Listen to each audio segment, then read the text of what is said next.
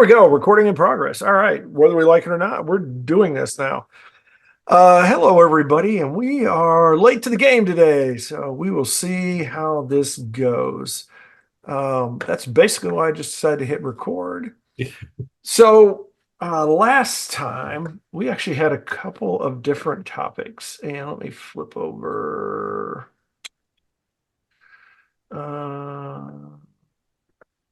Because one or two of them was actually really good. Let's see, good. Okay. So we did the master of many things expert, which is one we could go to about anywhere. We also talked about being biased towards it. Did we get into that? I know we talked a little bit. Did we get into being biased on a language framework? No, because you went the other direction, and then from that we had kind of had another idea with that to go, master of one versus many from like a skills perspective. And then the other, and that kind of ties into that other one, being biased towards a particular technology. So let's do that because that is, I think it's actually literally a chapter in the developer book. It's about deep versus wide, and sort of how to do that. And so we will focus on that today. We'll start into that conversation and let's see where it goes. So we're just going to dive in and see how this one works. That's the best way to do a podcast anyways. We don't want to do anything like too much thinking. Well, hello and welcome back. We are continuing our season of stuff in Developmeneur Podcast, and we are just sort of working through challenges and things that we see during the week. And then also some of it is related to just our normal developer type challenges, but also our business related challenges. This episode, we're going to sort of continue a theme we've had recently, and it's about direction, essentially. We're going to talk about deep versus wide, and we're going to go specifically talking about platforms and from a technology point of view. Now, we're going to talk developer speak, but if you are a specialist, a technical specialist of any kind, which includes testing, it includes even project management, tool usage, even if you're into like a specific CRM or something like this, it really is. It has gotten to a point that regardless of what you do, there's probably at least two or three tools out there to get it done. And I want to talk a little bit about the differences, the pros and cons of being deep in an area versus wide in an area. And may throw Michael on the hot seat and have him pick one while I'm going to pick the other. I'll pick first, of course. But first, let's introduce him. I am Rob Broadhead, and I am one of the founders of Developmeneur, also founder of RB Consulting. And on the other side of the Zoom call is Michael. Go ahead and introduce yourself. Hey everyone, my name is Michael Malash, also co-founder of Developmeneur and founder of Envision QA. And now he's starting to sweat a little bit because I said I'm going to put him on the hot seat. I want to talk, and hopefully he wants to talk the other side. I want to talk about wide. I want to talk about being broad in your technical sense, because this is near and dear to my heart, and it has served me very well. And when I started out, and this is, shameless plug, if you go check out the Developmeneur book, I talk about early on developing as a developer, becoming a better developer in those first, 1, 2, 5 years, and even probably even to that 5 to 10 year range. One of the things that worked really well for me that I highly recommend is set yourself up with a technical roadmap. And we've talked about a skills and career roadmap also multiple times on Developmeneur site. So you can see some blogs and podcasts about that, what that is if you're not familiar with it. I'm going to skip that right now and sort of talk about, though, how we build that out. And one of the things that's very valuable is in your roadmap doing a regular, we'll call it new technology, because technology is coming. Like every time you turn around, there's something new out there. If you flip back a couple of years ago, then you can look just in the last 2 or 3 years, like ChatGPT has become very big. It was around, but it's become very big. Swift has continued to become very big, and just mobile development and specific mobile development platforms. Also, you can look at things like the new versions of Java, the new versions of Python and Django and React, and the new libraries that are available. There's a lot of stuff out there to learn. So if you want to be, especially early on in your career, like the first half of your career, first 5, 10, probably 15 years, it's going to benefit you, I think, to always have an idea of what's out there. And that doesn't mean that you aren't a specialist to some level. You may, especially early on, you're probably going to know or be more comfortable in one language, environment, or framework than another. For example, maybe you came out of school and you learned a lot of .NET, so you're comfortable in the .NET world, but that doesn't mean you shouldn't have an idea of, let's say, the Python world or the PHP world or the Java world. And this is where it's, I think, very useful to know that your tool, whatever it happens to be, has its strengths and its weaknesses. And if somebody asks you to compare or contrast that to another platform or another solution, you can at least talk to it and not just say, well, that's just crap because my solution is the only one that matters, because that will immediately lose you respect and any value for your opinion. If you can instead say, hey, I've built a lot of projects in, let's say, C#. I've also built a few projects in Java, and here's where I found that the two, the strengths of each, or just personally, you can share, this is why I choose, in this case, C# over Java, and it's because of A, B, and C. And the more you have broadened out that skill set, one, the more you're going to see, you're going to be comfortable when new things come into your language because they're constantly stealing from each other and sort of building on things that have been done well in another language or another environment. But also you're just going to sort of see a little bit of the writing on the wall. So if you're in something that is dying, you can see that there's somewhere to jump off to. And the more that you've spread that out, the easier it's going to be, whatever the new technology is, to adopt that. So those are my thoughts. Let's see. Do you want to piggyback on that, or do you want to focus a little bit more on the deep and narrow approach?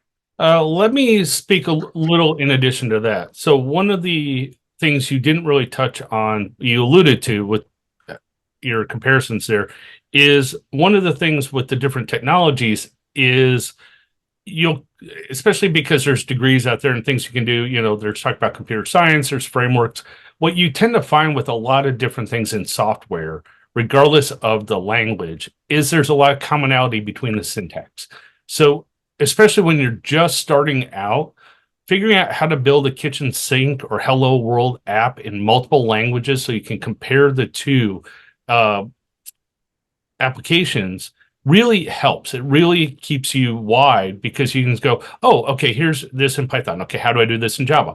And you literally build what I call a kitchen sink app. It's basically a hello world app with a bunch of little features and utilities that are common across multiple languages that you need for this application, or you need for this application. Regardless of the language, you kind of need these features and functionalities. The other thing you didn't really touch on, because you were kind of keeping this at the technology level, is also the platforms. Don't be afraid to learn Linux, Mac, Windows, Unix. If you have the capability, go check it out. Thanks to cloud computing, thanks to Docker and containers, there's really no reason for you not to just go download a virtual machine, throw it up in VirtualBox or some other player, and just play around in a different operating system. See how the languages work in the different operating systems. Just about every single platform out there has a text editor and a compiler. So you should be able to write code anywhere. So that's one thing I just kind of wanted to piggyback on with that. I do want to step back a little bit and say, if you want to learn Windows, be afraid, be very afraid. But other than that, that's correct. I think it really is critical, especially early on, to spend a little time in the three big boys of Linux, Unix type of environment, Mac, and Windows. Particularly if you're a Windows person, is understand the Unix command line. I think although there's GUI tools everywhere, there's always Windows things out there. But I think being able to, some people are going to freak out, but being able to use VI or Emacs or something, an editor that is a simple editor, and also having editors that are cross-platform, Turbo Editor? I forget it's a couple of these that are out there that they're cross-platform, or the IDEs now, as you can, Visual Studio Code, something that you can get into where you can work with files, you can make your edits, you can do your changes. And I do think that the Hello World is, is nice, but I think the whole idea of the kitchen sink app is underrated. First came across it with a tool for mobile development several years ago, where it was, and it's honestly they called it that before. If you go to the Java trails that I think are still out there, the Java tutorial stuff, particularly if you want to get into, for example, the UI side of stuff, they've got all the controls. They've got all the controls. They've got events. They've got examples. They've got all of these ways for you to just go do something simple and focused. So it's like, do you want to create a drop down list that's a multi select? Here's do it. Being able to do things like that and translate them from one language to another is a great way to learn that, and to go from exposure, like, hey, I've built a hello world, or I've built a couple of little things in a language, to I can do that. Like, I have built an application, which is what I've always recommended on the career roadmap, is get in there and get used to it, maybe 1 year, or 1 6 month period, or 1 quarter, and then the next time around turn around and build an application in that. Usually the best ones to build are utilities that help us out, whether you are you want to keep up with like your video collection, whether you've got been very valuable to me has been code manipulators over the years, code generators of varying types and sizes and usages, because one, I use it. Two, it forces me to get in that language a little bit. And usually, while I have enough control because it's my application, so I can, I can tweak stuff a little bit. And if I'm going to get into an area where I just don't know that about this language right now, I can sometimes punt. But also it forces me to get into something where I get a payoff at the end of it. It's not just that I learned this language, but now I have this cool little app that I can use and show off. If I'm trying to get a project, I may say, hey, here's a project, here's something I built that looks like that, or that proves that I can work in that technology. And I think that just, while yes, if you got 10 years of experience and all 10 years are very deep in, let's say, .NET, then you're probably more likely to get a senior .NET job. But you want to watch out for do you have 10 years of experience, or do you have 1 year of experience 10 times? And making sure that you are, even within your chosen language platform environment, that you are pushing yourself, that you're growing, that you understand, from version to version, that maybe you're staying up to date. This goes back to something we talked about not too long ago. Actually, talk about, Michael, I actually was just venting and whining because somebody had built an application and they hadn't updated it in 6 or 7 years. So it was awesome if you were running on 2015 technology. But when you try to bring it up to 2024, which you have to do if you're going to like kick it out and turn it out as a commercial application, suddenly it breaks, and it's a struggle to find all the right libraries and do all of the upgrades. So make sure, regardless of which way you're going, that you're also staying current along the way, that you're not just like, like a teacher that's got tenure that says, hey, I don't have to learn this anymore, because guess what? We're always going to have to learn it because our stuff changes all the time. Additions on that? Yeah, I liked how you mentioned that. So the other thing along that, and we've talked about this in the past, is we continue to either go deep or go wide. The idea of the kitchen sink app, or even as you're building or learning, this is where starting out with those source repositories, Bitbucket, GitHub, start building those now. Those are good for your resumes. Those are good resources. I can't even tell you that how many projects I have now. I think I'm over 75 projects in Bitbucket that I've done over the last 20 some years. And I constantly go to it from time to time. It's like, oh, what was this? What did I do here? And you go look at, yeah, it's dated, but you have the algorithm, or you have the framework idea for what it is, and you can reuse it later. So that's one way where you can kind of go wide early on and come back to it later and be like, oh yeah, I did this back here. And now you can use it somewhere else to go a little bit deeper into a technology or learning it.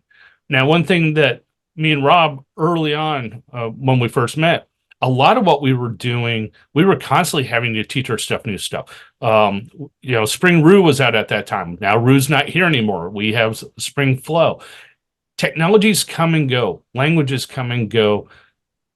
Sometimes they evolve to the point where you need to be diverse. You need to be wide in an understanding of technology in order for you to go deep into some of these areas, especially with mobile development and web development. Thoughts on that, Rob? Yeah, and I really, particularly now with the mobile development, web development stuff, is when you get into the world of APIs, is that there are some languages that, like if you use any of the documentation tools that are out there, Swag or anything like that, you can see in a lot of cases, and especially if you do like Redoctly and some of these, there are code examples to utilize the API. Or if you use like Postman, it'll generate stuff for you. Now, some of these like Postman or even Selenium, you can generate code. It's so many different languages. If you don't know one of those, then you're probably not a developer.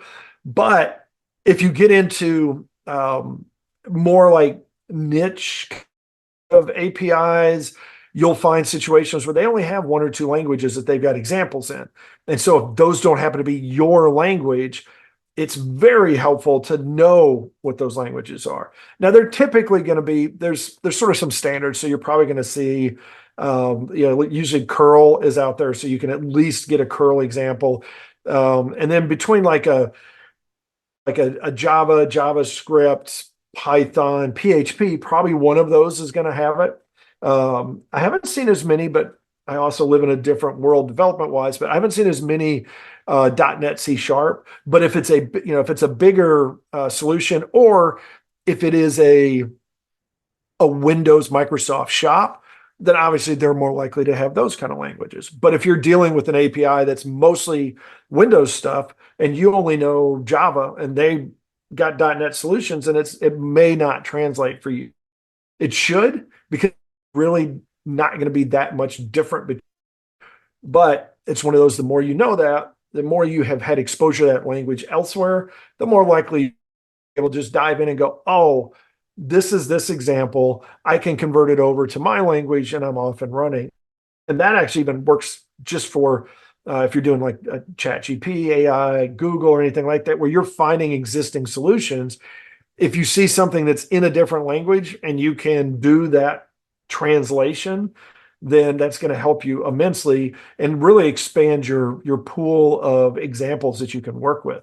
Thoughts on that one?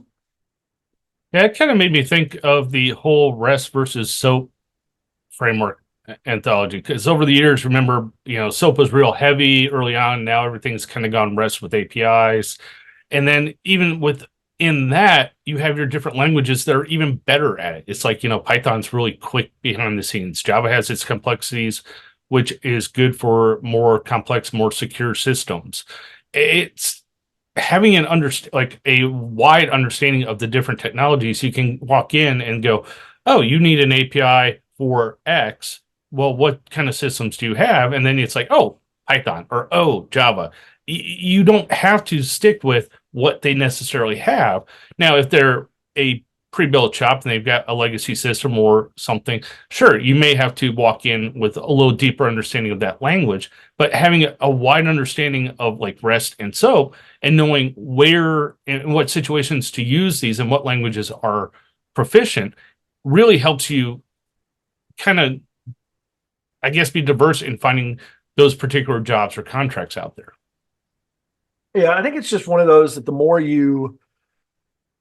it goes back to the old thing, is that, if all you've got is a hammer, then everything is a nail. And I've seen many applications that were built with that kind of a mentality. And so if you can get a little wider, especially if you can like have your little side hustle projects be something that's wide while your day job is taking you deeper, then you get the best of both worlds. So it doesn't have to be, one or the other. It can be both. You can go deep and go wide. It's just take up time. So this is where really, if you're going to become a better developer, one of the things you have to do is you're going to have to invest time, is you're going to have to spend some time. If you're working 40 hours a week and that's it, or less, you're probably not going to get, it's going to take too long. But now if you're, spending a little extra time and you throw that extra per day lunch break and you're playing around with a new language, building a new app, the next thing you know, you're going to have a lot of time spent in that technology. And now you're going to be comfortable and be your side hustle. Final thoughts? Yeah, I'd like to add one thing. So one of the things as you're learning, like Rob said, if you have a full-time job and you're doing a side hustle or just trying to learn new things. One of the things from years ago when I started out, we basically didn't have too many languages to choose from. We had Cobalt, we had C, C++, and early on with Java. Now we have so many different technologies, so many different languages out there. It can be overwhelming, but the best part is if you are proficient in at least one language, you know enough to get started, you can take another language and basically teach yourself what you know in the current language, and then you continue to grow. You see what else is out there. Don't be discouraged, but take the baby steps. Like if you know Java, pick up C Sharp. It's very similar. Try to start writing some basic applications similar to Java and C Sharp. If you're doing PHP, Python, same kind of things. So don't limit yourself, but challenge yourself. Go a little bit outside of your comfort zone. But if you're scared, start small. And the easiest, and I'll just wrap this one up with a thought on that is, if you know a language and you're comfortable with a solution in that language or in that environment, then you can always Google how X. So I've had a lot of times where it's like, how do I use, is there a log4j, which is a Java thing, in Python? Or is there, what is the equivalent to JUnit in C Sharp? I mean, these are queries that I've done, and some of them many years ago, and it allowed me to go see that, oh, there's this thing that is very similar, and now you can translate that. And this even goes for stuff I use it all the time, where it's like, how do I do a string replace in MySQL, in Python, in you name it. It's like, I forget how to do it, and it's even languages I know because I forget. If I don't have one, it's easier to just Google it or chat it. That's the signature for that. Whether you are currently broad or deep, I think it's in both. In any instance, it's going to be useful to sort of look at your career roadmap and say, where can I be more broad? And where do I want to get a little deeper? Find the thing that you really enjoy doing. And probably you're going to have one or two languages that just really fit your style. Now, they may go away or they may change over years. Like for myself, when I first saw Java, I fell in love with it because it was not C++, but also it had a lot of cool stuff. And so I did it for many years. And then as we got into other development stuff, I've had periods where I really liked what PHP did for a little bit for what I was doing. I like Python and Django right now for what I'm doing. And it's just sort of, you're probably going to see that evolution as well, because there's going to be stuff 5 years from now that don't even exist now. And you're going to say, wow, I really enjoy doing that. Even if it's like tedious stuff, like I enjoy CSS sometimes and figuring out what you can do with it. It's just tedious to do so. What's not tedious, hopefully, is listening to this podcast, and this episode hopefully has not been. I know that may be a bad segue, but hey, it is what it is. We will be back. If it's not too tedious, we will be back. We will come back with our next episode. We're going to dive right into some more of these topics. As always, shoot us an email at info@developreneur.com if you have any questions, suggestions, comments, lack of tedium, jokes, you name it. We'll take it into account and probably throw it out on an episode somewhere. And we're just going to come back. We continue cranking through this season, and we'll figure out the next one is. But as always, go out there and have yourself a great day, a great week, and we will talk to you next time. Now, for the rest of you, part of the reason we hit record is because we usually do 2 or 3 episodes at a time, a little behind the scenes kind of thing here. In between episodes, we do one sitting, and we slice it into a couple of 2 or 3 episodes usually of the YouTube side and also the audio side. Now, in these kinds of conversations, sometimes the flow is such that there's really not a good snip spot. And since Michael is now our primary senior editor and stuff, he's not as abrasive as I could be when I would do my cuts. Because sometimes I could cut stuff and it'd just be like, whoop, right in the middle of a thought. And it's like, as you guys may know, if you listen to some of the interviews in the past, there were times that were quite the cliffhanger, and others were perfect. It was just worked out perfect. Other times, I had to get one of us in mid thought. And so if you've seen that, it's my fault. It's not his fault. I will give you that much. And we're going to try to shift a little bit this time so that we will wrap up an episode of the video side, and then we will dive into what we're going to deal with on the other side.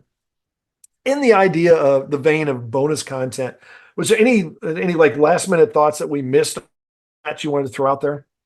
So one thing I kind of found was interesting because you kept talking about having them look at their roadmap, their career roadmap, their tech roadmap. For me, over the years, it started out, I'm old, we started out learning this stuff before the internet started, right? BBSs, old mainframe computers. And nowadays, you don't even think about that, right? I mean, DOS is just now coming back as open source. It's like, wow, that was what, 20, 30 years ago? I don't remember other than the command line, which is technically terminal these days. But looking at the roadmap, when I first started out, it's like, yeah, I want to be a software developer. Then it's like, oh, here's the internet. Oh, wow, this is so cool. I want to learn this. So one of the things to keep you that I find interesting, because I'm constantly looking at things that are out there, but it's as you're looking at this roadmap, follow what you're interested in, what excites you. For me, it's all things geek. It's like, oh, look, AI, cool. Let's just go spend hours learning that when I should be sleeping. But any other thoughts or suggestions for that to kind of help them put together this roadmap? I think that is key. That should be your why. It's like, why am I doing this? Why am I going through all of this, this headache to learn stuff and stay current? And it is something that the guys that work for me, whenever we do reviews, one of the things we start with is, what did you like about what we did? And we do like 6-month reviews. Like, what do you like about what you've done in the last 6 months? What are some things that you would like to learn in the next 6 months? And while we can't always get what you want, but you can at least make some adjustments on that. And so those are things where I'll say, oh yeah, we had these things. Cool. Those things you like, we've got some of that in projects coming up. Or these things you want to learn, we've got those things. For your, if you're doing, and you probably are doing some sort of like little side hustly stuff or things like, look for those to be where you're gonna go where you like stuff. So if you want to do web front ends, then go look for projects that do web front end. You may even, for that, because you want to do it anyways, throw it out there at a discount. Say, you know what, I'm just going to do it. I mean, and you can even sell it as that, to say, hey, I'm a solid developer. This is something that I really enjoy. I would like to do this project. And I've had conversations, projects I've won because I've said, I love your business, or how this is going to work, or there's something about this that I really enjoy. And that translates, because, if you're going to hire somebody, you usually want to hire somebody that loves their work, loves what they do, that's going to put that extra effort in without thinking about, hey, is this, am I getting paid enough? Or worse, as the person is like, I'm not getting paid enough to do this. Then you end up, stuck. So I think that's an excellent, happy thought to end this one on. So we have like a nice little, snip, and whatever your roadmap is, make sure that you're thinking about not what other people may want you to do, although that may be part of what drives you, but really it's going to be, you want to do, what do you like doing? And let's build out a roadmap that works towards that. Because at the end of the day, the end of your life, you want to have done stuff that was fun. You don't want to sit there and go, wow, I won a bunch of projects, or I made a lot of money, but I hated every second of it. That's like not where you want to be. You want to be like us, out there having a good time, talking on a podcast or out on YouTube. That being said, we're going to actually wrap this one up, and then we will step into our next episode.